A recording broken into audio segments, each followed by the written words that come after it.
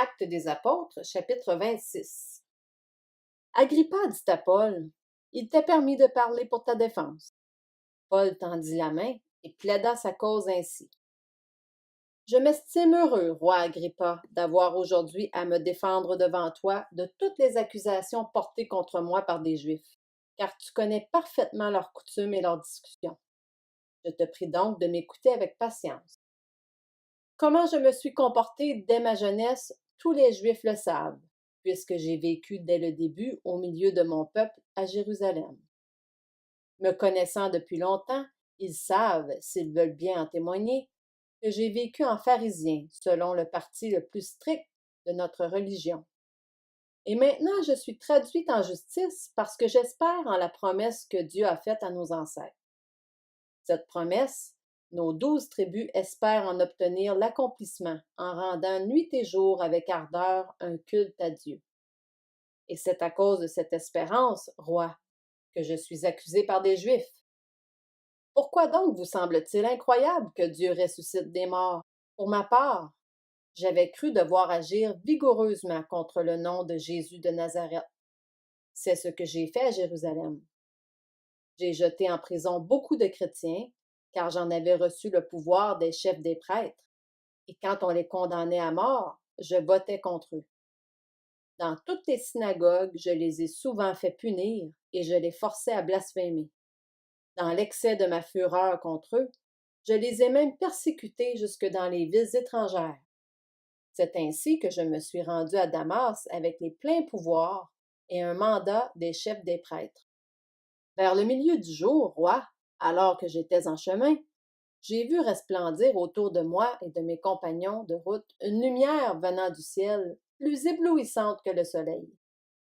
Nous sommes tous tombés par terre, et j'ai entendu une voix qui me disait en langue hébraïque, « Saul, Saul, pourquoi me persécutes-tu? Il te serait dur de te rebeller contre les aiguillons. » J'ai répondu, « Qui es-tu, Seigneur? » Et le Seigneur a dit, « Je suis Jésus, celui que tu persécutes. Mais lève-toi et tiens-toi debout, car je te suis apparu pour faire de toi le serviteur et le témoin de ce que tu as vu et de ce que je te montrerai. Je t'ai choisi du milieu de ce peuple et des non-juifs vers qui je t'envoie. Je t'envoie leur ouvrir les yeux pour qu'ils passent des ténèbres à la lumière et de la puissance de Satan à Dieu, pour qu'ils reçoivent par la foi en moi le pardon des péchés et une part d'héritage avec les saints. C'est pourquoi, roi Agrippa, je n'ai pas résisté à la vision céleste. Aux habitants de Damas d'abord, puis à ceux de Jérusalem dans toute la Judée et aux non-juifs, j'ai annoncé qu'ils devaient se repentir et se tourner vers Dieu en adoptant une manière d'agir qui confirme leur changement d'attitude. Voilà pourquoi les Juifs m'ont arrêté dans le temple et ont essayé de me tuer. Mais grâce à l'aide de Dieu, j'ai continué jusqu'à aujourd'hui de rendre témoignage devant les petits et les grands.